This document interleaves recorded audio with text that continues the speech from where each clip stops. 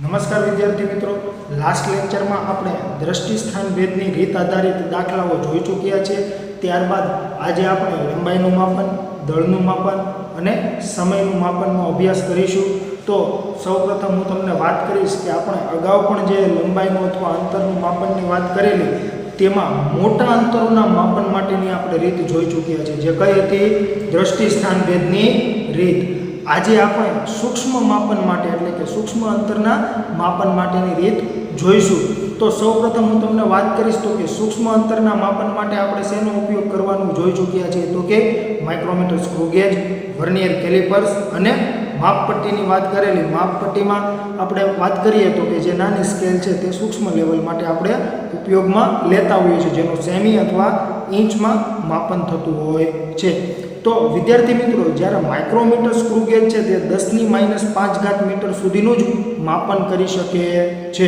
જો એનાથી સૂક્ષ્મ માપન કરવું હોય તો આપણે શેનો ઉપયોગ કરીશું, અથવા તો કે આ જે અણુઓ, પરમાણુઓની વાત કરીએ તો તેનું માપન કઈ રીતે થતું હશે તેવો તમને સવાલ ઉદ્ભવતો હશે। તો તેનું માપન આજે આપણે જોઈએ કે કઈ રીતે થતું હોય છે। તો હું તમને વાત કરીશ સૂક્ષ્મ અંતરોના માપનની, તો કે સૂક્ષ્મ અંતરોના માપન માટે શેનો ઉપયોગ થાય છે, તો કે સૂક્ષ્મ અંતરોના માપન માટે માઇક્રોસ્કોપનો ઉપયોગ થતો હોય છે। માઇક્રોસ્કોપમાં પણ ઓપ્ટિકલ માઇક્રોસ્કોપ, ઇલેક્ટ્રોન માઇક્રોસ્કોપ અને સ્કેનિંગ ટનલિંગ માઇક્રોસ્કોપ હોય છે। જે પૈકી હું તમને ઓપ્ટિકલ માઇક્રોસ્કોપની વાત કરું તો ઓપ્ટિકલ માઇક્રોસ્કોપ જે છે તેમાં શેનો ઉપયોગ થાય કે શેના વડે તમે એમાં જોઈ શકો છો, તો તેમાં દ્રશ્ય પ્રકાશને લીધે એટલે કે પ્રકાશને લીધે આપણે જોઈ શકીએ છીએ। પણ જે પ્રકાશ જે છે તે તો વિદ્યુત ચુંબકીય વિકિરણ છે। તો જો તે વિદ્યુત ચુંબકીય વિકિરણ હોય તો તેને કાંઈક તરંગ લંબાઈ હશે। તો એની જે તરંગ લંબાઈ છે એના રેન્જમાં જે હશે એ જ વસ્તુ તમે જોઈ શકશો। એટલે કે એમાં પણ જોવાની ક્ષમતા જે છે એ કેવી હશે, તો કે મર્યાદિત હશે। એટલે કે એની વિભેદન શક્તિ જે છે એ કેટલી હશે, તો કે દ્રશ્ય પ્રકાશની જે તરંગ લંબાઈ છે એટલી જ એની વિભેદન શક્તિ હોય। તેના કરતાં સૂક્ષ્મ માપન તેમાં થઈ શકશે નહીં। તો વિદ્યાર્થી મિત્રો, તમને એવું થતું હશે કે વિભેદન શક્તિ શું છે, તો કે કોઈ પણ સાધન છે તેની માપનની ક્ષમતા એટલે કે તે કેટલું સૂક્ષ્મ માપી શકે છે તેને તેની વિભેદન શક્તિ કહેવાય। ધારો કે હું તમને એમ કહું કે તમારી જે સ્કેલ છે એ સ્કેલમાં તમે કોઈ વસ્તુનું માપન કરો છો તો તમે સ્કેલ જે છે એમાં 1 થી 15 જે આપેલા હોય છે, જે કંપાસની સ્કેલ આપણે નાની પ્લાસ્ટિક સ્કેલની વાત કરીએ તો 1 થી 15 ડિજિટ તમને આપેલા હોય છે જે સેમીમાં હોય છે, પરંતુ એક સેમીની વચ્ચે તમને 10 કાપા આપેલા હોય છે। તો એક કાપો જે છે તે તેમાં 1 mm નો થયો। તો જે તમે એ જે પ્લાસ્ટિકની સ્કેલ ઉપયોગમાં લ્યો છો તે સ્કેલની વિભેદન શક્તિ કેટલી થઈ, તો કે એની મર્યાદા કેટલી થઈ માપનની, તો કે 1 mm। 1 mm કરતાં ઓછું હશે એનું એ માપન કરી શકશે નહીં। તો એને આપણે વિભેદન શક્તિ કહેતા હોઈએ છીએ। તો જે ઓપ્ટિકલ માઇક્રોસ્કોપ છે તો તેમાં મેં તમને જેમ કીધું કે દ્રશ્ય પ્રકાશનો ઉપયોગ થાય છે। તો દ્રશ્ય પ્રકાશ જે છે તેની તરંગ લંબાઈ કરતાં જે કંઈ વધુ અથવા કે ઓછું માપન હશે તે થઈ શકશે નહીં। એટલા માટે તો કે દ્રશ્ય પ્રકાશની તરંગ લંબાઈ કેટલી હોય છે, તો કે 4000 એંગસ્ટ્રોમથી 7000 એંગસ્ટ્રોમ સુધીની હોય છે। રિયલમાં વાત કરીએ તો આંકડાકીય રીતે તો 3800 એંગસ્ટ્રોમથી 7500 એંગસ્ટ્રોમ સુધીની હોય છે, પરંતુ આપણે બુકમાં જે છે તે 4000 એંગસ્ટ્રોમથી 7000 એંગસ્ટ્રોમ સુધીની આપેલી છે। તો વિદ્યાર્થી મિત્રો, તમારે એટલું યાદ રાખવાનું કે ઓપ્ટિકલ માઇક્રોસ્કોપમાં શેનો ઉપયોગ થાય છે, તો કે ઓપ્ટિકલ માઇક્રોસ્કોપમાં દ્રશ્ય પ્રકાશનો ઉપયોગ થાય છે અને દ્રશ્ય પ્રકાશની તરંગ લંબાઈ કેટલી હોય, તો કે 4000 એંગસ્ટ્રોમથી 7000 એંગસ્ટ્રોમની હોય છે। તો વિદ્યાર્થી મિત્રો, જે 4000 એંગસ્ટ્રોમ અને 7000 એંગસ્ટ્રોમની વાત કરીએ તો આ એંગસ્ટ્રોમ શું છે, તો કે એંગસ્ટ્રોમ કોને કહેવાય, તો કે 1 એંગસ્ટ્રોમ ઇઝ ઇક્વલ્સ ટુ 10⁻10⁻, આને શું કહેવાય, એંગસ્ટ્રોમ। તો વિદ્યાર્થી મિત્રો, તમે આવું પણ જોયું હશે nanometre, 1 nm is equals to 10⁻9 metre. એટલે કે મીટરનો કેટલામો ભાગ, તો કે 1 ની પાછળ 9 0 એટલામો ભાગ। એટલે કે તમને અહીંયા વાત કરીએ તો અહીંયા જે 4000 એંગસ્ટ્રોમથી 7000 એંગસ્ટ્રોમ દ્રશ્ય પ્રકાશની તરંગ લંબાઈ હશે ત્યાં સુધીનું જ માપન થઈ શકશે। એટલે કે આ રેન્જમાં જે કાંઈ આવતું હશે તેને જ જોઈ શકાય કોના વડે, ઓપ્ટિકલ માઇક્રોસ્કોપ વડે। ત્યારબાદની વાત કરીએ તો કે ઇલેક્ટ્રોન માઇક્રોસ્કોપની શોધ થઈ। તો ઇલેક્ટ્રોન માઇક્રોસ્કોપ છે તેમાં શેનો ઉપયોગ થાય, તો કે ઇલેક્ટ્રોન માઇક્રોસ્કોપમાં ઇલેક્ટ્રોન બીમનો ઉપયોગ કરવામાં આવે છે. ઇલેક્ટ્રોન બીમ શું છે? તો કે ઇલેક્ટ્રોન જે છે તે તરંગ પ્રકૃતિ ધરાવે છે અને એ કઈ રીતે હોય છે તે તમે ધોરણ 12 માં અભ્યાસ કરશો. તો તરંગ પ્રકૃતિ ધરાવતું તો તમે તેની એક કિરણાવલી કરી શકો, એટલે કે એક પાતળી અને સાંકડી જો એની કિરણાવલી કરવામાં આવે અને કોઈ વિદ્યુત ચુંબકીય ક્ષેત્ર પર એને કેન્દ્રિત કરવામાં આવે અને તે વિદ્યુત ચુંબકીય ક્ષેત્ર જે છે તેમાં તમે વસ્તુ મૂકી દો તો તમે તેને જોઈ શકો છો. જે ઇલેક્ટ્રોન માઇક્રોસ્કોપ હોય છે તે લેબોરેટરીઝમાં ઉપયોગમાં લેવામાં આવતા હોય છે.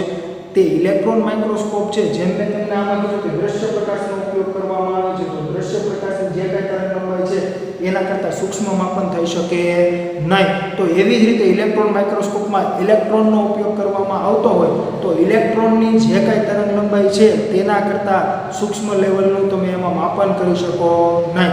અને ઇલેક્ટ્રોનની જે તરંગલંબાઈ છે એ 1 એંગસ્ટ્રોમ કરતાં પણ ઓછી હોય છે. એટલા માટે ઇલેક્ટ્રોન માઇક્રોસ્કોપ જે છે તેની વિભેદન શક્તિ જો તમને પૂછાય 1 માર્ક્સમાં તો કેટલી હોય છે? તો કે 0.6 એંગસ્ટ્રોમ. એટલે કે આમાં તમારે શું યાદ રાખવાનું? તો કે ઇલેક્ટ્રોન માઇક્રોસ્કોપમાં શેનો ઉપયોગ થાય એવું પણ પૂછાઈ શકે, તો લખી દેવાનું ઇલેક્ટ્રોન બીમનો ઉપયોગ થાય છે. અને એવું પૂછાય કે ઇલેક્ટ્રોન માઇક્રોસ્કોપની વિભેદન શક્તિ કેટલી હોય છે? તો કે 0.6 એંગસ્ટ્રોમ. તો વિદ્યાર્થી મિત્રો, ત્યારબાદ જે હાલની વાત કરીએ તો હાલમાં સ્કેનિંગ ટર્નિંગ માઇક્રોસ્કોપની આપણે વાત કરીએ તો કે હાલમાં જે સ્કેનિંગ ટર્નિંગ માઇક્રોસ્કોપ જે છે તેની શોધ થયેલી છે. અને સ્કેનિંગ ટર્નિંગ માઇક્રોસ્કોપનો ઉપયોગ શું છે? તો કે અણુઓના પરિમાણ માપનમાં તેનો ઉપયોગ થાય છે. અને જો મેં અહીંયા લખેલું છે અણુઓના પરિમાણનો અંદાજ મેળવવા માટે ઉપયોગી છે. તો ઘણીવાર 1 માર્ક્સમાં એવું પણ પૂછાતું હોય છે કે અણુઓના પરિમાણનો અંદાજ મેળવવા માટે કયું સાધન વપરાય છે? તો કયું વપરાશે? Scanning turning microscope. જેમાં આપણે વિભેદન શક્તિની વાત કરીએ તો તેની વિભેદન શક્તિ કેટલી હોય? તો કે 1 એંગસ્ટ્રોમ કરતાં પણ વધુ સારી હોય છે. એટલે કે 1 એંગસ્ટ્રોમ કરતાં ઓછું કોઈ હશે વસ્તુનું પરિમાણ તો તેનું પણ માપન કરી શકે છે. એટલે જનરલી અણુઓના પરિમાણ જે છે તે 10⁻⁹ મીટરના ક્રમના હોય છે, એટલે કે નેનોમીટરના ક્રમના હોય છે. જો મેં અહીંયા લખેલું ને કે 1 નેનોમીટર બરાબર 10⁻⁹ મીટર, એંગસ્ટ્રોમ એટલે 10⁻⁻ મીટર. તો કે નેનોમીટરના ક્રમના હોય છે, જેનું આપણે સહેલાઈથી સ્કેનિંગ ટર્નિંગ માઇક્રોસ્કોપ વડે ઓબ્ઝર્વેશન કરી શકીએ છીએ અને તેનું પરિમાણ મેળવી શકતા હોઈએ છીએ. એટલા માટે તમને ઉદાહરણ સ્વરૂપે એક ઓલિક એસિડના અણુના પરિમાણની રીત મેળવવાનો રીત આપેલી છે, જેમાં તમને શું કીધું છે? ઓલિક એસિડના પરિમાણનો અણુનો જે કંઈ પરિમાણ હશે તેનો અંદાજ મેળવવાની રીત, અંદાજ મેળવવાનો છે. સચોટ કઈ રીતે મળતું હોય તેવું ચોક્કસપણે આ રીતથી મળી શકે છે, પરંતુ આપણે માત્ર અંદાજની વાત કરેલી છે, તો આપણે તે જોયું કે કેવી રીતે તેનો અંદાજ મેળવાતો હશે. તો કે વિદ્યાર્થી મિત્રો, ઓલિક એસિડની વાત કરું તો કે ઓલિક એસિડ જે છે તે શું ઉપયોગમાં આવતું હોય છે અને ઓલિક એસિડ જે છે તેનું સૂત્ર શું હોય છે? તો કે વિદ્યાર્થી મિત્રો, C18H34 અને O2 જે પરિમાણ જે છે એનું સૂત્ર તે કોનું બનશે? તો કે ઓલિક એસિડનું. C18H34 O2 આ જે છે આને શું કહેવાય? Oleic acid. અને ઓલિક એસિડ જે છે એ પ્રાણીઓમાં અને વનસ્પતિમાં ઓઇલ સ્વરૂપે હોય છે, એટલે કે તેલ સ્વરૂપે હોય છે. અને ઓલિક એસિડ જે છે એના અણુનું પરિમાણની વાત કરીએ તો તે 10⁻⁹ મીટરના ક્રમનું હોય છે, એટલે કે નેનોમીટરમાં હોય છે. સાદી ભાષામાં કહીએ તો કેમાં હોય? નેનોમીટરમાં હોય. તો ઓલિક એસિડનું જો આપણે અણુનું પરિમાણ મેળવવું હોય તો એના માટે તમને જે રીત આપેલી છે તેમાં શું કીધેલું છે? તો કે હું તમને 2 પાત્ર લઈશ. એક પાત્ર જે છે આ કોઈ પાત્ર છે, આ જે છે એ કેટલું છે? તો કે 1 સેન્ટીમીટર ક્યુબ. આ જે પાત્ર હશે એ કેવું હશે? ઘન સ્વરૂપે હશે, ક્યુબિક ફોર્મમાં હોય. તો અહીંયા જે પાત્રની વાત કરીએ તો કે આવી રીતે કોઈ પાત્ર છે, આ પાત્રમાં આપણે અહીંયા હું ઓલિક એસિડની તમને વાત કરું તો કે આવી રીતે આ કોઈ ડબ્બા જેવું છે, એનું આપણે વાત કરીએ તો કે કદ કેટલું છે? તો કે 1 સેન્ટીમીટર ક્યુબ. તો અહીંયા જે કંઈ 1 સેન્ટીમીટર ક્યુબની તમને વાત કરેલી છે, આ 1 સેન્ટીમીટર ક્યુબનું જે કંઈ પાત્ર હશે તેમાં હું માત્ર ને માત્ર શું ભરીશ તો કે ઓલિક એસિડ ભરીશ. તો આ જે પાત્ર છે આ આખું શેનું ભરેલું હશે? Oleic acid. ત્યારબાદ હું તમને બીજા પાત્રની વાત કરું તો કે આ એક મોટું પાત્ર છે. આમાં હું શું ભરીશ તો કે આ જે પાત્ર છે એ 20 સેન્ટીમીટર ક્યુબનું છે. આમાં મારે શું શું રાખવાનું તો કે પાણી પ્લસ ઓલિક એસિડ. એટલે કે વિદ્યાર્થી મિત્રો તમે અહીંયા જે 1 સેન્ટીમીટર ક્યુબના પાત્રની વાત કરો છો તો 1 સેન્ટીમીટર ક્યુબનું જે પાત્ર હશે તેમાં તમારે માત્ર ને માત્ર ઓલિક એસિડ ભરેલું છે અને આ જે 20 સેન્ટીમીટર ક્યુબનું જે આપણે પાત્ર લીધું છે તેમાં અહીંયા પાણીની અહીંયા આપણે આલ્કોહોલ લઈએ. અહીંયા શું કરવામાં આવતું હોય છે તો કે આલ્કોહોલ. તો કે આલ્કોહોલ પ્લસ ઓલિક એસિડ લેવાનું છે. પણ કેટલું તો કે 20 સેન્ટીમીટર ક્યુબનું જે પાત્ર છે તેમાં આ 1 સેન્ટીમીટર ક્યુબનું જે મેં ઓલિક એસિડ લીધું હતું ને ઓલિક એસિડને હું આમાં નાખી દઈશ. તો વધ્યું કેટલું તો કે 19 સેન્ટીમીટર ક્યુબ. તો આ જે બાકીનું બધું શું નાખી દઈશું આપણે? આલ્કોહોલ. એટલે કે આ ટોટલ 20 સેન્ટીમીટર ક્યુબનું પાત્ર છે જેમાં મેં શું ભરેલું છે તો કે આલ્કોહોલ અને ઓલિક એસિડ. તો જો વિદ્યાર્થી મિત્રો આ જે પાત્ર છે 20 સેન્ટીમીટર ક્યુબનું આમાં ઓલિક એસિડની સાંદ્રતા કેટલી થઈ અથવા તો કે ઓલિક એસિડનો આમાં કેટલો ભાગ થયો તો કે આમાં જો હું વાત કરું તો સાંદ્રતા કેટલી થઈ જશે ઓલિક એસિડની તો કે 1/20 સેન્ટીમીટર ક્યુબ. આનો મતલબ શું થયો તો કે 20 સેન્ટીમીટર ક્યુબ એ કેટલું ઓલિક એસિડ હશે તો કે 1 સેન્ટીમીટર ક્યુબ એટલે કે 20માં ભાગનું હશે. અહીંયા વાત કરીએ આપણે તો કે હવે શું કરીશું તો હવે હું શું કરીશ હવે આ ખાલી થઈ ગયું છે ને પાત્ર. તો આ ખાલી થયેલું પાત્ર જે 1 સેન્ટીમીટર ક્યુબનું છે ને એને હું પાછું ઓલિક એસિડ પ્લસ આલ્કોહોલ વાળું ભરીશ. હવે જો હું આ પાત્રમાંથી આને ભરીશ ખાલી થઈ ગયા પછી તો હવે તો આમાં જે 1 સેન્ટીમીટર ક્યુબ હવે ભરાશે એમાં શું હશે તો કે હવે તો આમાં ઓલિક એસિડ હશે અને શું હશે આલ્કોહોલ પણ હશે. ત્યારબાદ હવે આમાં જે કંઈ વધ્યું છે એક શું છે તો કે આલ્કોહોલ પ્લસ ઓલિક એસિડ. તો એને હું શું કરી દઈશ તો હું એને ખાલી કરી નાખીશ. હવે આ પાછું ખાલી થઈ ગયું છે 20 સેન્ટીમીટર ક્યુબનું. તો હવે આ ખાલી પાત્ર જે છે એમાં હું શું કરીશ તો કે ખાલી પાત્રમાં આ જે 1 સેન્ટીમીટર ક્યુબનું જે પાત્ર હતું ને એ પાત્રને હું નાખી દઈશ અથવા મારે તમને એમ કેવું હતું કે આ પાત્ર તમે ભૂલી જ જાઓ. હવે આપણે પાછું એક 20 સેન્ટીમીટર ક્યુબનું બીજું પાત્ર લઈએ છીએ. આ જે બીજું પાત્ર છે એ બીજા પાત્રમાં આને નાખી દો એટલે તમે 1 સેન્ટીમીટર ક્યુબનું દ્રાવણ નાખેલું છે. આ દ્રાવણમાં શું છે તો કે ઓલિક એસિડ પ્લસ આલ્કોહોલ. હવે જે કંઈ ભરાયેલું એ કેટલું હશે 1 સેન્ટીમીટર ક્યુબ કેમ કે 1 સેન્ટીમીટર ક્યુબ જ નાખેલું છે. બાકીનો બધો પાછો ફરીથી તમે એમાં આલ્કોહોલ નાખી દો. તો હવે સાંદ્રતા કેટલી થઈ ગઈ તો કે તમે જે આ ભરેલું હતું એની સાંદ્રતા કેટલી હતી 1/20. કેમ તો કે 20 સેન્ટીમીટર ક્યુબમાં તમે 1 સેન્ટીમીટર ક્યુબ ઓલિક એસિડ નાખ્યું તો બાકીનું બધું શું હતું આલ્કોહોલ.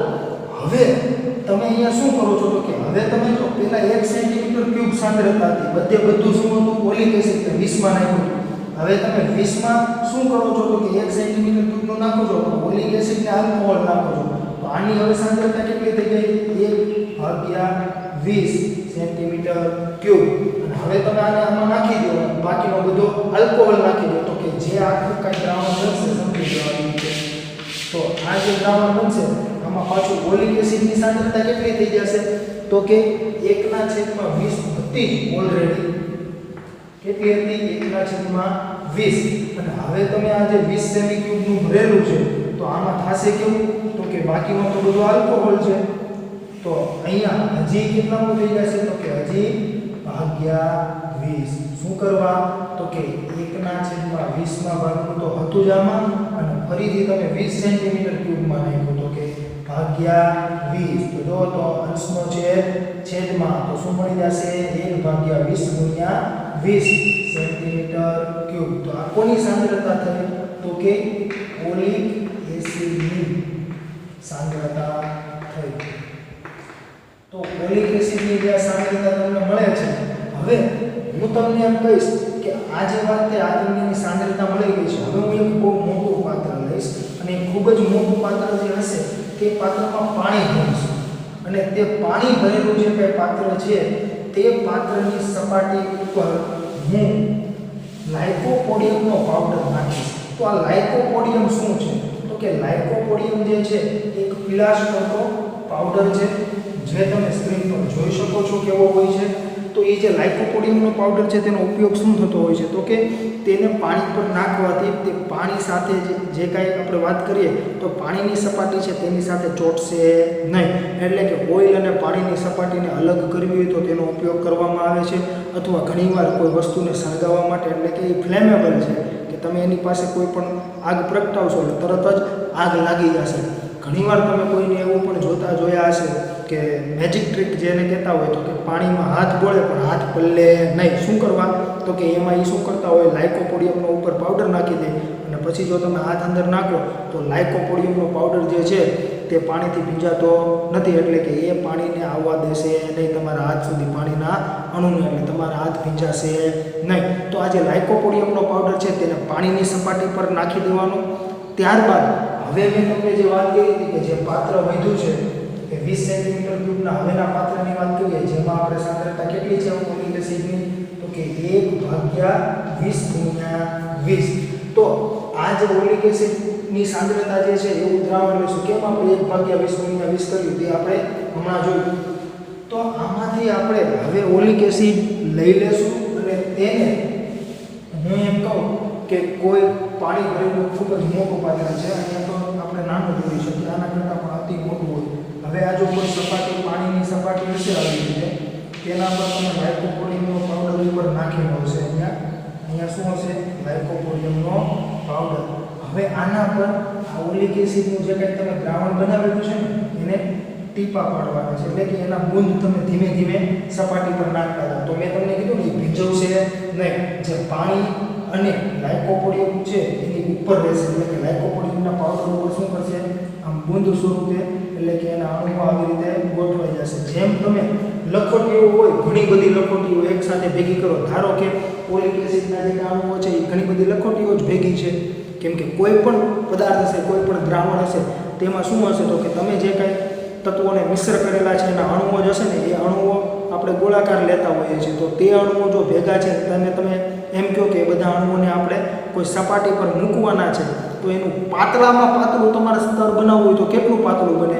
તો કે એક અણુની જાડાઈ જેટલું. કેમ?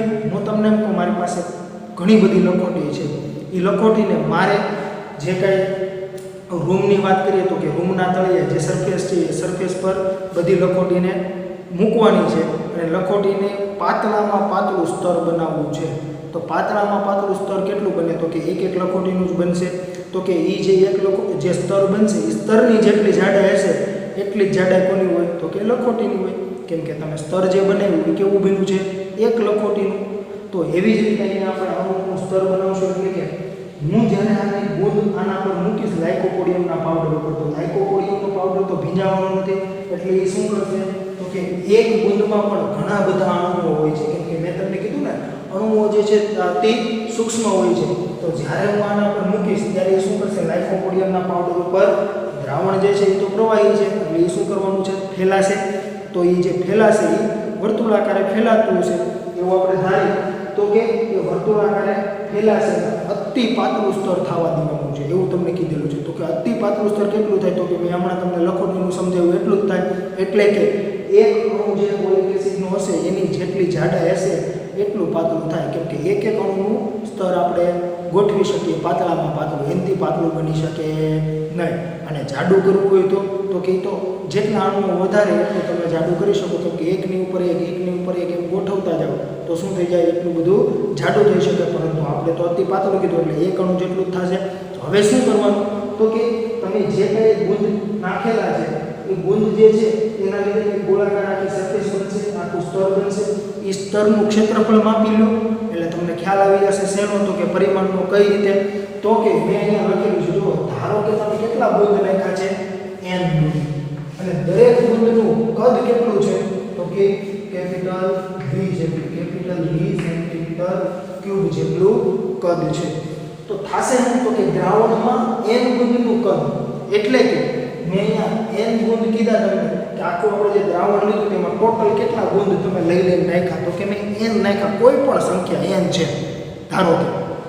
હવે હું એમ કહું કે એક બુંદનું કદ કેટલું છે v, તો n બુંદનું કદ કેટલું થાય દ્રાવણમાં ટોટલ ઓલિક એસિડનું આપણે કદ જોઈએ એ આપણે જોતું હોય તો દ્રાવણમાં n બુંદનું કદ કેટલું થશે, તો કે n ગુણ્યા v.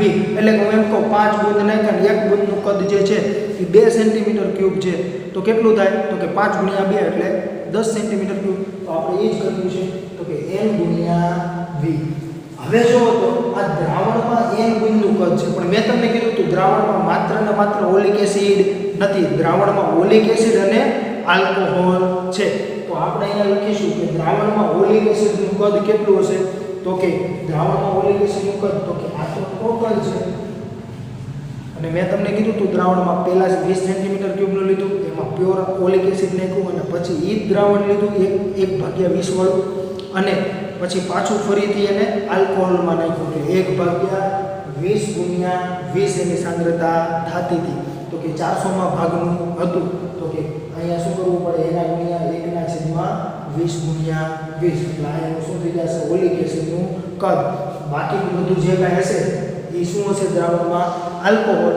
ઓલિક એસિડ કેટલું હશે, માત્ર ને માત્ર આટલું જ હશે, કેમ કે આપણે જોઈ ચૂક્યા છીએ. તો હવે મેં તમને અહીંયા જે સ્તર બનાવવાની વાત કીધી હતી ને, અતિ પાતળું, પાતળામાં પાતળું કેટલું બને, એક અણુની જાડાઈ જેટલું, એટલે કે એક અણુનું સ્તર બને. તો સ્તરની જાડાઈ જો t સેમી હોય અને સ્તરનું ક્ષેત્રફળ a સેન્ટીમીટર સ્ક્વેર હોય તો થાશે શું, તો કે તમને જાડાઈ મળી જાય. અને સ્તરની જેટલી જાડાઈ હશે એટલું જ અણુનું પરિમાણ હશે, અથવા તો કે જે કાંઈ અણુ છે એનો વ્યાસ હશે, જે મેં તમને લખોટીની વાત કરેલી એના. તો કે t બરાબર શું લખાય, તો કે પાતળા સ્તરનું કદ છેદમાં સ્તરનું ક્ષેત્રફળ. શું કરવા એવું કે, તો કે સ્તરનું કદ કેટલું હોય, તો કે કદ બરાબર શું થાય, તો કે લંબાઈ ગુણ્યા પહોળાઈ ગુણ્યા જાડાઈ અથવા ઊંચાઈ ભાગ્યા વાત કરીએ આપણે તો શું આવશે, તો કે સ્તરનું ક્ષેત્રફળ. ક્ષેત્રફળ શું હોય, તો કે લંબાઈ ગુણ્યા પહોળાઈ.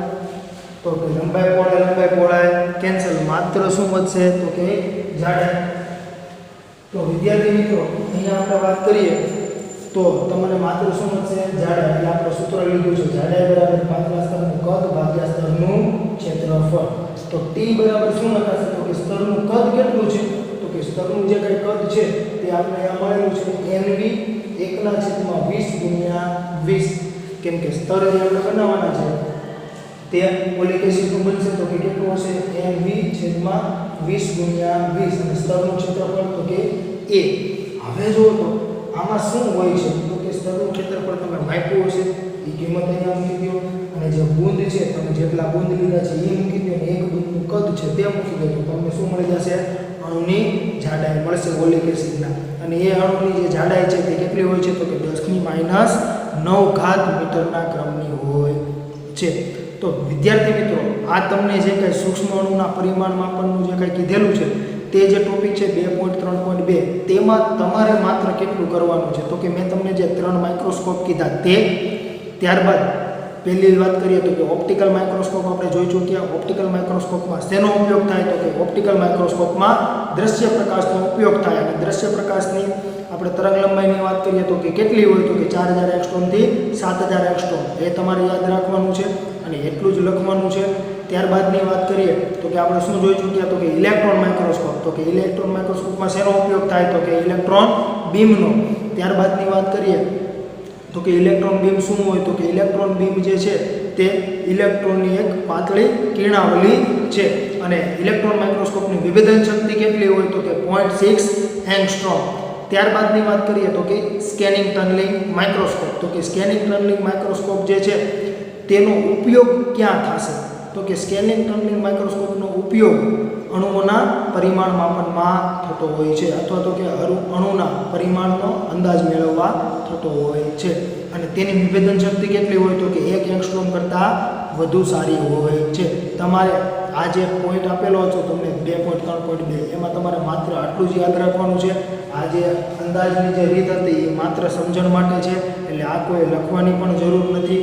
તો વિદ્યાર્થી મિત્રો ત્યારબાદની વાત કરીએ તો ત્યારબાદ તમને બુકમાં એક ઉદાહરણ આપેલું છે. જે ઉદાહરણમાં તમને શું કીધેલું છે, તો કે તેમાં તમને એક સોયની વાત કરેલી છે અને ન્યુક્લિયસના પરિમાણ ન્યુક્લિયસના પરિમાણની વાત કરેલી છે. તો ન્યુક્લિયસ કોને કહેવાય? તો કે તમે ભણી ચૂક્યા છો અગાઉ તો કે કોઈ પણ આપણે તત્વની વાત કરીએ તો આપણે એમ કહીએ છીએ કે કોઈ પણ કણ છે ઇલેક્ટ્રોન પ્રોટોનનો બનેલો છે, તેમાં ન્યુક્લિયસ જે છે તેમાં શું હોય તો કે તેમાં પ્રોટોન અને ન્યુટ્રોન હોય છે. તો જે તે ન્યુક્લિયસ છે તે ક્યાં હોય છે? તો તે કેન્દ્રમાં હોય છે. તો એ જે કઈ ન્યુક્લિયસ છે તેનું પરિમાણ કેટલું હોય તો કે 10 ની -15 ઘાત મીટરથી ન્યુક્લિયસનું પરિમાણ કેટલું હોય તો કે 10 ની -15 ઘાત અથવા તો 10 ની -14 ઘાત મીટરના ક્રમનું હોય છે. તો આ જે 10 ની -15 ઘાત અને 10 ની -14 ઘાત મીટરની વચ્ચે હોય અથવા એ બેમાંથી ગમે તે હોઈ શકે છે. તો તે ઉદાહરણ શું કહે છે? ઉદાહરણ 2.5 તો શું કહે છે એમાં? જો ન્યુક્લિયસનું પરિમાણ જો ત્યાં બ્રેકેટમાં કીધેલું છે જે 10 ની -15 ઘાત મીટરથી 10 ની -14 ઘાત મીટરના વિસ્તારનું છે, વધારીને એક તીક્ષ્ણ પિનની અણીના જેટલી કરવામાં આવે તો પરમાણુનું અંદાજિત પરિમાણ શું હોઈ શકે? પિનની અણીનો વિસ્તાર 10 ની -5 ઘાત મીટરથી 10 ની -4 ઘાત મીટર ક્રમનો ધારો. જો વિદ્યાર્થી મિત્રો અહીંયા શું કીધેલું છે તમને? તો અહીંયા તમને એવું કીધેલું છે કે ન્યુક્લિયસનું પરિમાણ આટલું છે, જે મેં તમને અગાઉ કીધેલું છે. કેટલું? તો કે 10 ની -15 ઘાત 10 ની -14 ઘાત મીટર. અને તીક્ષ્ણ પિનની અણીની વાત કરીએ એનું પરિમાણ તમને ત્યાં આપેલું છે. કેટલું કીધેલું છે? તો કે આના પરિમાણની વાત કરીએ તો 10 ની -5 ઘાત મીટરથી 10 ની -4 ઘાત મીટર. તો તમને એવું કહે છે કે ન્યુક્લિયસનું પરિમાણ જો આમાંથી આટલું કરવામાં આવે તો તેના પરિમાણનો અંદાજ મેળવો. તો કેવું થાય? તો કે 10 ની -15 ઘાત જે છે એને તમારે કેટલે સુધી લઈ જવાનું છે? 10 ની -5 ઘાત. 10 ની -14 છે એટલે ક્યાં સુધી લઈ જશો? 10 ની -4 ઘાત. તો આવું ક્યારે બને? તો કે વિદ્યાર્થી મિત્રો આના ગુણ્યા તમારે શું કરવું પડે? 10 ની 10 ઘાત. કેમ? તો કે જુઓ તો આધાર સરખા, ઘાતોનો સરવાળો -15 અને આ +10. તો જે મોટાની નિશાની અને બાદબાકી થઈ જશે તો કે 15 - 10 એટલે આવશે 5. એવી જ રીતે સેમ અહીંયા થશે 10 ની 10 ઘાત, આધાર સરખા, ઘાતોનો સરવાળો 14 - 10 મોટાની નિશાની અને બાદબાકી થઈ જશે તો કે અહીંયા 4 ઘાત. તો તમે શું કર્યું? તો કે આ જે આપેલું પરિમાણ હતું એના ગુણ્યા 10 ની 10 ઘાત કર્યું. તો એ કેટલું કર્યું? તો 10 ની 10 ઘાત ગણું કર્યું. તો કે જો તમે ન્યુક્લિયસનું પરિમાણ 10 ની 10 ઘાત ગણું કરો તો આના જેટલું થાય છે. તો એનો મતલબ શું થયો? તો કે આટલું થાય છે. અને જો વિદ્યાર્થી મિત્રો આપણે બીજી પણ વાત કરી લઈએ કે મેં ગુણાકારમાં લીધેલું છે એટલે ગણું લખું છું. જો હું ભાગ્યા કરતો તો મારે શું કરવું પડે? ભાગનું. આપણે ઓલિક એસિડમાં એ જ કરેલું કે આપણે ભાગ્યા 20 કર્યું. કેમ? તો કે 20માં ભાગનું હતું. શું કરવા? તો કે 20 સેન્ટીમીટર ક્યુબનું પાત્ર હતું, એમાં 1 સેન્ટીમીટર ક્યુબ જ ઓલિક એસિડ નાખ્યું હતું. બાકી બધો તો શું હતો? આલ્કોહોલ. એટલે કે જો હું એ આખા દ્રાવણના 20 સેન્ટીમીટર ક્યુબના પાત્રના જો ભાગ કરું સરખા 20 સરખા ભાગ કરીશ તો કેટલો ભાગ હશે? તો કે એક જ ભાગ ઓલિક એસિડનો હશે. તો અહીંયા 10 ની 10 ઘાત ગણું કરું છું. તો આનો મારે અંદાજ મેળવવો હોય કેટલું હોય તો હું તમને વાત કરીશ કે હું કોઈ પરમાણુ લઈ લઉં અથવા કોઈ આવું પરમાણુ છે જેનું પરિમાણ કેટલું છે? 10 ની 10 ઘાત મીટર. કેટલી પણ માઈનસ. હવે જો હું એને 10 ની 10 ઘાત ગણું કરું તો શું થાય? તો કે કોઈ પરમાણુ તો જેને આપણે આટલા માપક્રમનો લીધો છે એને 10 ની 10 ઘાત ગણું કરવાનું છે. તો કે હવે જો તો ગુણ્યા 10 ની 10 ઘાત કર્યા તો કે બંનેના આધાર સરખા, ઘાતોનો સરવાળો. તો ઘાતોનો સરવાળો કરો તો 10 - 10 શું થઈ ગયું? 0. 10 ની 0 ઘાત. કોઈ પણ 0 ઘાત હોય તો જવાબ શું આવશે? 1. તો કે 1 મીટરનું કરવાનું થશે.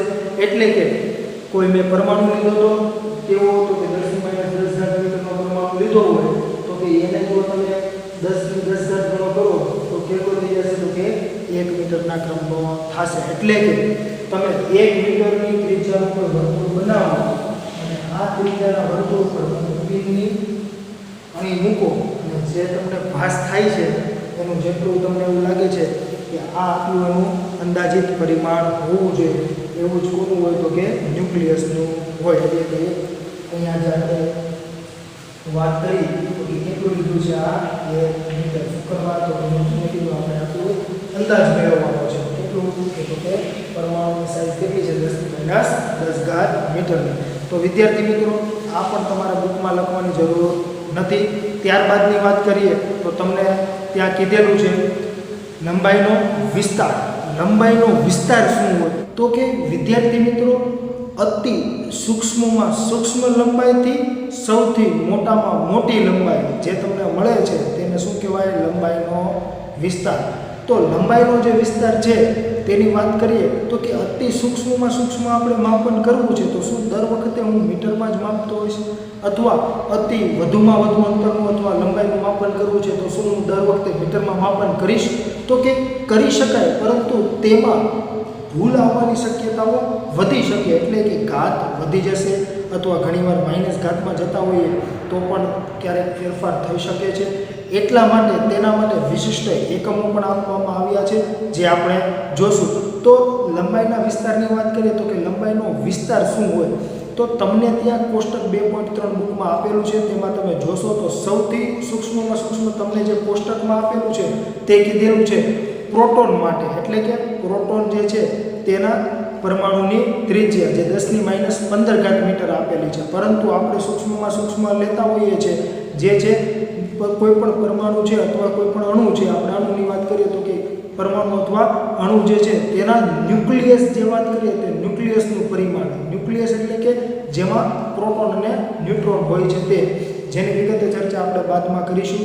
તો તેનું જે કંઈ પરિમાણ છે તે કેટલું લેવામાં આવે છે તો કે હમણાં આપણે ઉદાહરણમાં જોયું હતું 10⁻15 થી 10⁻14 મીટર, જે તમને ત્યાં કોષ્ટકમાં 10⁻14 મીટર કીધેલું છે તે આપણે સૂક્ષ્મમાં સૂક્ષ્મ લઈશું.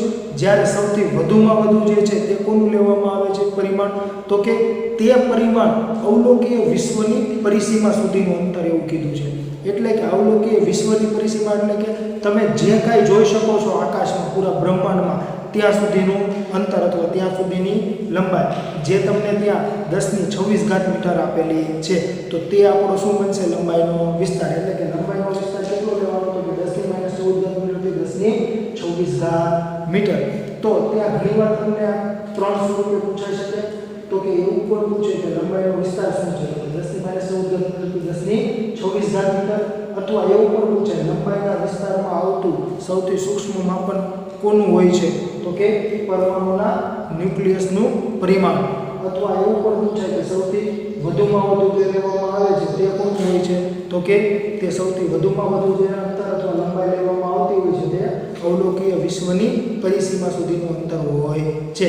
ત્યારબાદ તમે કોષ્ટકમાં જોશો તો તમને ત્યાં પૃથ્વીથી એન્ડ્રોમાં જે ગેલેક્સી છે તે સુધીનું અંતર આપેલું છે અથવા અન્ય વિશિષ્ટ ઘણા બધા અંતરો આપેલા છે જે માત્ર ને માત્ર તમારા માટે વાંચવા માટે જ છે, જે તમારે કોઈ યાદ રાખવાની જરૂર છે નહીં. તમારે યાદ કયા રાખવાના છે તો આ 2 માપનના માટેના જે છે તે જ યાદ રાખવાના છે. ત્યારબાદની વાત કરીએ તો કે જે મેં તમને કીધું ને કે સૂક્ષ્મ માપન માટે અને મોટા માપન માટે અમુક વિશિષ્ટ એકમો લેવામાં આવે છે. તો સૂક્ષ્મ માપન માટે તમે અત્યાર સુધી 3 એકમો જોયા હશે. કયા તો કે મિલી, માઇક્રો અને નેનો. મિલી કોને કહેવાય તો કે 10⁻3, માઇક્રો કોને કહેવાય તો કે 10⁻6, નેનો કોને કહેવાય તો કે 10⁻9 મીટરને. તો કે અહીંયા જે તમને આપેલા છે એમાં આજ આપણે હમણાં થોડી વાર પહેલાં જે જોયો તે કયો હતો તો કે એંગસ્ટ્રોમ. એંગસ્ટ્રોમ એટલે 10⁻10 મીટર. જ્યારે અહીંયા તમને એંગસ્ટ્રોમ સિવાયનો એક અન્ય એકમ આપેલો છે જે છે ફર્મી. ફર્મી એટલે 10⁻15 મીટર. આના સિવાયનો હું તમને એક વધારાનો એકમ કહીશ કે 10⁻12 હોય તો કયો એકમ વાપરી શકાય તો તમે ત્યાં પાઇકોમીટર એકમ પણ વાપરી શકો. જેમ અહીંયા ફર્મીની વાત કરું તો 1 ફર્મી બરાબર 10⁻15 બરાબર 1 FM લખેલું છે. F અને M બંને સ્મોલ દર્શાવવાના જે ફર્મી માટે હોય છે. એવી જ રીતે જો પાઇકોમીટર હોય તો પાઇકો એટલે 1 પાઇકો બરાબર 10⁻12 મીટર અને એને PM વડે દર્શાવાય. અહીંયા પછી તમને એંગસ્ટ્રોમની વાત કરેલી છે તો કે 1 એંગસ્ટ્રોમ બરાબર 10⁻10 મીટર, જેને કેપિટલ A અને ઉપર આવી રીતે ચિહ્ન કરવાનું હોય છે. ત્યારબાદની વાત કરીએ તો કે એસ્ટ્રોનોમિકલ યુનિટ. ઉદાહરણ 2.4 જ્યારે આપણે જોયું ત્યારે ત્યાં તમને પૃથ્વી અને સૂર્ય વચ્ચેનું અંતર આપેલું હતું. ત્યારે મેં તમને કીધેલું વિદ્યાર્થી મિત્રો કે આજે પૃથ્વી અને સૂર્ય વચ્ચેનું જે અંતર છે તેને એસ્ટ્રોનોમિકલ યુનિટ પણ કહેવામાં આવે છે. તો અહીંયા તમે તેની વ્યાખ્યા જોશો તો તમને એ જ આપેલી છે કે સૂર્ય અને પૃથ્વીની વચ્ચેના સરેરાશ અંતરને 1 AU કહે છે. એસ્ટ્રોનોમિકલ યુનિટને AU વડે દર્શાવવામાં આવતું હોય છે, કેપિટલ A અને કેપિટલ U વડે. તો 1 AU એટલે કેટલું અંતર થશે? તો ત્યાં તમને કીધેલું હતું 1.496 ગુણ્યા 1011 મીટર. તો અહીંયા એ જ છે 1 AU બરાબર 1.496 ગુણ્યા 1011 મીટર. ત્યારબાદની વાત કરીએ તો કે બીજો એક વિશિષ્ટ એકમ છે જેને કહેવામાં આવે છે પ્રકાશ વર્ષ. જે પ્રકાશ જે છે એની શૂન્યાવકાશમાં જે ઝડપ છે એ તમને ખ્યાલ હશે 3 ગુણ્યા 10⁸ મીટર પ્રતિ સેકન્ડ. તો એટલી ઝડપે પ્રકાશે એક વર્ષમાં કાપેલા કુલ અંતરને શું કહેવાય? તો કે પ્રકાશ વર્ષ. એટલા માટે તમે વ્યાખ્યા જોઈ શકો છો. પ્રકાશે એક વર્ષમાં 3 ગુણ્યા 10⁸ મીટર પ્રતિ સેકન્ડ જેટલી ઝડપથી એક વર્ષમાં કાપેલ અંતરને 1 લાઇટ યર કહે છે. પ્રકાશ વર્ષ જે છે તેને L અને Y વડે દર્શાવવામાં આવતું હોય છે. LY કેમ? તો કે પ્રકાશ વર્ષ એટલે એને ઇંગ્લિશમાં કહેવામાં આવે લાઇટ યર, એટલે સ્મોલ L અને સ્મોલ Y વડે દર્શાવવામાં આવે છે. અહીંયા જે વર્ષ છે આ એક વર્ષમાં તે લખો ન લખો કઈ ફેર પડશે નહીં, આ કઈ લખવાની જરૂર નથી. તો વિદ્યાર્થી મિત્રો ત્યારબાદના એક અન્ય એકમની વાત કરીએ તો તે પણ મોટા માપન માટેનો જ એકમ છે જે છે પાર્સેક. તો પાર્સેક કોને કહેવાય તેની વ્યાખ્યા તમે જોશો તો તમને ખ્યાલ આવશે કે જે અંતરે પૃથ્વીની ભ્રમણ કક્ષાની ત્રિજ્યા વડે 1 સેકન્ડ જેટલો ખૂણો અંતરાય છે તે અંતરને 1 પાર્સેક કહે છે.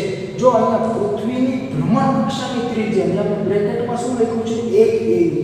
કેમ 1 AU લખ્યું છે? તો એ હું તમને સમજાવીશ. તો કે અહીંયા જો હું તમને વાત કરું કે સૂર્ય છે, સૂર્યની ફરતે આવી રીતે વર્તુળાકાર કક્ષામાં પૃથ્વી ફરે છે. તો જો તો વિદ્યાર્થી મિત્રો આ એક વર્તુળ બન્યું અને સૂર્ય જે છે તે વર્તુળના કેન્દ્ર પર જશે. તો પૃથ્વી અને સૂર્ય વચ્ચેનું જે સરેરાશ અંતર છે એ શું બની જશે? તો કે આ ભ્રમણ કક્ષાની ત્રિજ્યા, આ જે કક્ષા છે એ પૂરી ભ્રમણ કક્ષા છે તો કે પૃથ્વીની. તો આ જે ત્રિજ્યા જે છે એ શું છે? તો કે પૃથ્વીથી સૂર્યનું અંતર, જેને આપણે શું કહીએ છીએ? 1 AU. એટલે તમે એવું પણ કહી શકો કે 1 AU વડે 1 સેકન્ડ જેટલો ખૂણો અંતરાય છે તે અંતરને શું કહેવાય? 1 પાર્સેક કહે છે. તો તેને સમજવા માટે હું તમને અન્ય પણ એક રીતે શીખવાડીશ.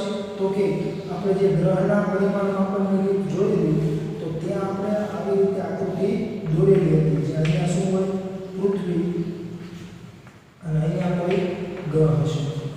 તો વિદ્યાર્થી મિત્રો જો આ અંતર જે છે ગ્રહનો વ્યાસ એ 1 AU હોય અને અહીંયા બનતો ખૂણો 1 સેકન્ડ હોય તો આ ગ્રહ અને પૃથ્વી વચ્ચેનું અંતર જે કેપિટલ D છે તે કેટલું મળે? તો કે 1 પાર્સેક મળે, એટલે કે 3.08 ગુણ્યા 10⁻16 મીટર મળે. એટલે અહીંયા તમારા માટે જો તો સ્મોલ d કેટલો થઈ ગયો? 1 AU.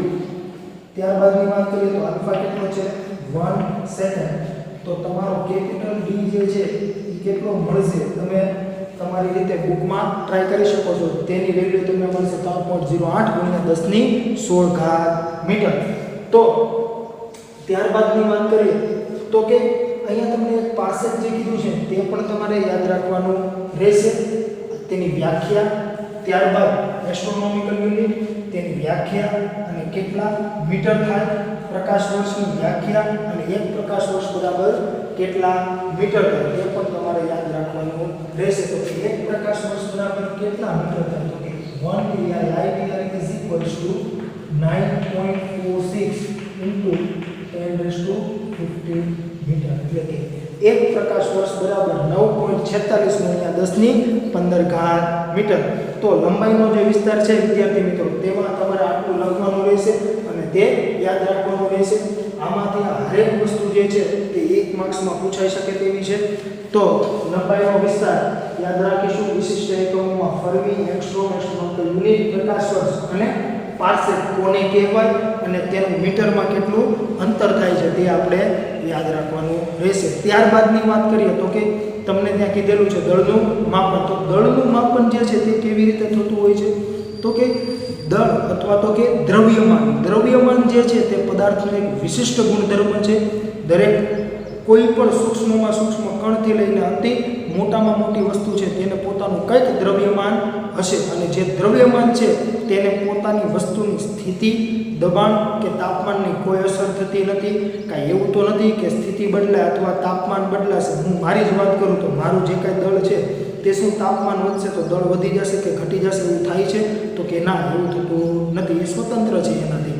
તો જે દ્રવ્યમાન છે એનો એસઆઈ એકમ શું છે તો કે કેજી. જે આપણે એસઆઈ જે ઇન્ટરનેશનલ સિસ્ટમ જોયેલી તેમાં મેં તમને વાત કરેલી કે દળનો એકમ શું લેવામાં આવે છે? કિલોગ્રામ. પરંતુ વિદ્યાર્થી મિત્રો, તમને એવો પણ સવાલ થતો હશે કે આ જે દળનો એકમ તે શું સૂક્ષ્મ કણો, તમે જે કીધું ઇલેક્ટ્રોન, પ્રોટોન, ન્યુટ્રોન, એના માટે પણ આ વપરાતો હશે? તો કે ના, તેના માટે આ વપરાતો નથી. તો વિદ્યાર્થી મિત્રો, તેના માટે કયો યુનિટ વપરાય છે? તો કે તેના માટે યુનિફાઈડ એટોમિક માસ યુનિટ વાપરવામાં આવે છે. કેમ કે તે મેં તમને હમણાં જે અહીંયા વાત કરેલી કે જે સૂક્ષ્મ માપન કરવું છે તો તે એકમોને શું કરી દીધા છે? આપણે રૂપાંતરણ કરાવી છે. એટલે 10 - 15 આપણે શું લખી દઈએ? 1 ફર્મી. એવી જ રીતે સૂક્ષ્મ જ્યારે દળ હશે ત્યારે આપણે અણુ અથવા પરમાણુનું માપન કરવું હોય ત્યારે વપરાતો એકમ કયો? તો કે AMU અથવા U વડે દર્શાવવામાં આવતો હોય છે. કોને? તો કે યુનિફાઈડ એટોમિક માસ. તો એટલા માટે મેં અહીંયા લખેલું છે અણુ અને પરમાણુના દળના માપન માટે વપરાતો એકમ AMU.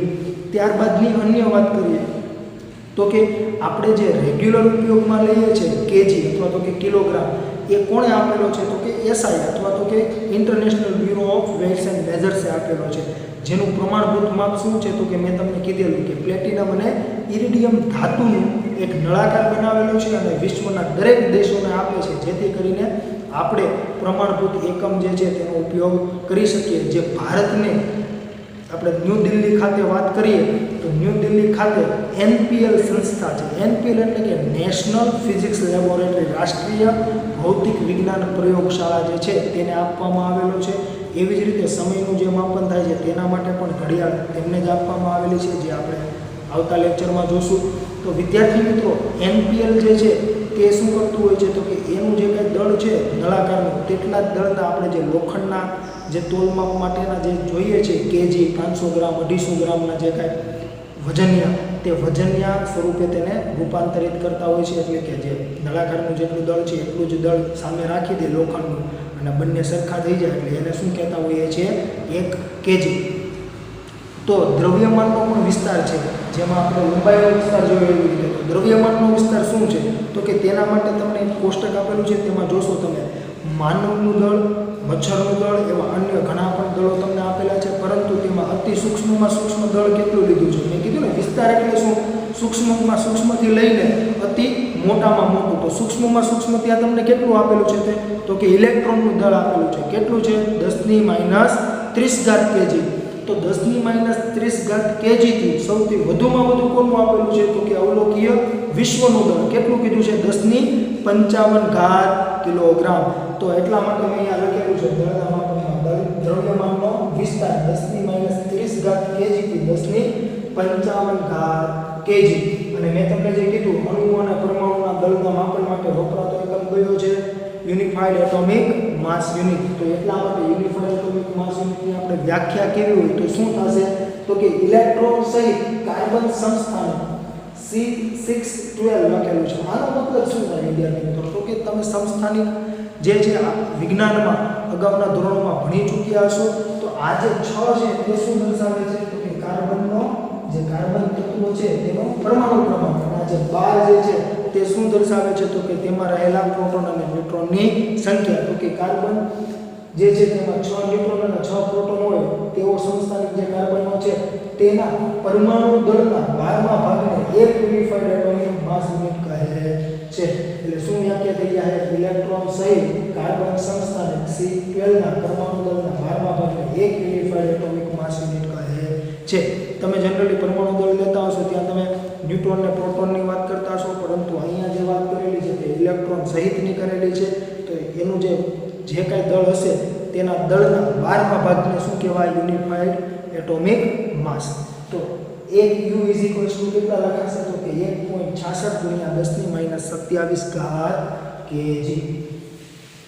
જે આ યુનિફાઈડ એટોમિક માસ જે છે તેને સ્મોલ u વડે દર્શાવવામાં આવે છે, અથવા તો કે તેને AMU વડે પણ દર્શાવવામાં આવે છે. AMU એટલે કે એટોમિક માસ યુનિટ. ત્યારબાદ વિદ્યાર્થી મિત્રો આપણે વાત કરીએ તો કે જે દ્રવ્યમાનના માપનની વાત કરીએ, જેમ સૂક્ષ્મ માપન અને મોટા અંતરોના માપન માટેની આપણે રીતો જોઈએ, એવી જ રીતે દ્રવ્યમાન માટેની, સૂક્ષ્મ માપન માટેની રીતની વાત કરીએ તો કે દ્રવ્યમાનના માપનની રીત. તો જો તમારે કોઈ મોટું દ્રવ્યમાન જોઈએ છે, એનું માપન કરવું છે, તો મોટા દ્રવ્યમાનનું માપન કઈ રીતથી થાય છે? તો કે ન્યૂટનના ગુરુત્વાકર્ષણના નિયમ પરથી. ન્યૂટનના ગુરુત્વાકર્ષણના નિયમ પરથી. જ્યારે સૂક્ષ્મની વાત કરીએ તો કે સૂક્ષ્મ કોના વડે થતું હોય છે? તો કે માસ સ્પેક્ટ્રોગ્રાફી. જે ન્યૂટનના ગુરુત્વાકર્ષણના નિયમની વાત કરીએ તો જે તમે અગાઉના ધોરણમાં પણ એનું સૂત્ર જોઈ ગયા છો. શું હતું? તો કે F બરાબર કેપિટલ G m1 m2 ના છેદમાં r², જે આપણે ધોરણ 11 સાયન્સમાં ચેપ્ટર નંબર 8 જે ગુરુત્વાકર્ષણ છે તેમાં વિગતે જોશું. ત્યારબાદ હું તમને સૂક્ષ્મ દ્રવ્યમાનના માપનની રીતની વાત કરું, માસ સ્પેક્ટ્રોગ્રાફી, તો તે તમારે જ્યારે ફિઝિક્સમાં જો તમે આગળ વધો એટલે કે BSc MSc કરશો તો ત્યાં આવશે. જેમાં તમે જો બુકમાં જોશો તો તમને એવું કીધેલું છે માસ સ્પેક્ટ્રોગ્રાફી જે છે તેમાં શું હોય છે? તો કે તેમાં જે કોઈ પણ ચાર્જ છે એટલે કે વિદ્યુત ભાર છે તેને ગતિમાન કરવામાં આવે છે કોઈ પણ ચુંબકીય ક્ષેત્રમાં, અને ત્યારે જે એનું વર્તુળ બનતું હોય છે તે જે ત્રિજ્યા છે એ તેના દળના સમપ્રમાણમાં હોય છે. એટલે કે કંઈક આવું સૂત્ર હોય છે, R = mv² ના છેદમાં q capital V capital V. અહીંયા જુઓ તો આ જે અંતર છે તે જો ડાયરેક્ટલી દળના સમપ્રમાણમાં છે. જો છેદમાં હોય તો શું કહેવાય? વ્યસ્ત પ્રમાણમાં. પરંતુ અહીંયા સમપ્રમાણમાં છે. જ્યાં m શું હોય તો કે દળ, v શું હોય તો કે વેગ, q છે એ વિદ્યુત ભાર, v છે એ અહીંયા જે v છે એ વોલ્ટેજ માપે છે, અને અહીંયા જે b છે એ શું હોય? ચુંબકીય ક્ષેત્ર, જે તમારે યાદ રાખવાની જરૂર નથી. તો વિદ્યાર્થી મિત્રો આપણે લંબાઈના માપન અને દળના માપનની વાત કરીએ તો આટલું તમારે જે છે તે તમારી બુકમાં લખવાનું રહેશે અને યાદ રાખવાનું રહેશે. ત્યારબાદ સમયનું માપન જે છે તે આપણે આવતા લેક્ચરમાં જોશું. તો વિદ્યાર્થી મિત્રો આજે આપણે જે કાંઈ ભણ્યા છીએ તેની આપણે ફરી એકવાર ચર્ચા કરી લઈએ. એટલે કે ખૂબ જ સૂક્ષ્મ અંતરનું જે માપન છે તેના માટે શેનો ઉપયોગ કરવામાં આવે? તો કે આપણે 3 માઇક્રોસ્કોપ જોયા, તે ત્રણેય માઇક્રોસ્કોપના નામ તથા ત્રણેય માઇક્રોસ્કોપની વાત કરીએ તો વિભેદન શક્તિઓ તમને ખબર હોવી જોઈએ. એટલે કે ઓપ્ટિકલ માઇક્રોસ્કોપ જેમાં દ્રશ્ય પ્રકાશનો ઉપયોગ થાય છે. દ્રશ્ય પ્રકાશનો વાત કરીએ તો કે તેની તરંગ લંબાઈ શું છે? તો કે 4000 એંગસ્ટ્રોમથી 7000 એંગસ્ટ્રોમ. ત્યારબાદની વાત કરીએ તો કે ઇલેક્ટ્રોન માઇક્રોસ્કોપ, તેમાં શેનો ઉપયોગ થાય છે? તો કે ઇલેક્ટ્રોન બીમનો ઉપયોગ થાય છે. ઇલેક્ટ્રોન બીમ કોને કહેવાય? તો કે ઇલેક્ટ્રોનની પાતળી જે કિરણાવલી છે તેને શું કહેવાય? તો કે ઇલેક્ટ્રોન બીમ. તેની વિભેદન શક્તિની વાત કરીએ તો કેટલી હોય છે? તો કે 0.6 એંગસ્ટ્રોમ. ત્યારબાદની વાત કરીએ તો સ્કેનિંગ ટનલિંગ માઇક્રોસ્કોપ. તો તમને એવો પણ ક્વેશ્ચન પૂછાઈ શકે કે અણુઓ અને પરમાણુઓના પરિમાણ માપન માટે કયા સાધનનો ઉપયોગ થાય છે? તો કે સ્કેનિંગ ટનલિંગ માઇક્રોસ્કોપ. અને તેની વિભેદન શક્તિ કેટલી હોય છે? તો કે 1 એંગસ્ટ્રોમ કરતાં પણ વધુ સારી હોય છે. તેટલું જ તમારે તેમાં યાદ રાખવાનું છે. અને બાકીનું જે છે તે લંબાઈનો વિસ્તાર અને દળનું માપન જે છે તેમાં જે આટલી વસ્તુ છે તે યાદ રાખવાની છે. બાકી જે આપણે ઓલિક એસિડવાળી જે રીત જોઈ હતી તે માત્ર તમારી સમજણ માટે હતી, અને જે ઉદાહરણ આપણે જોયું તે ઉદાહરણ પણ તમારે લખવાની જરૂર નથી. અસ્તુ, આભાર.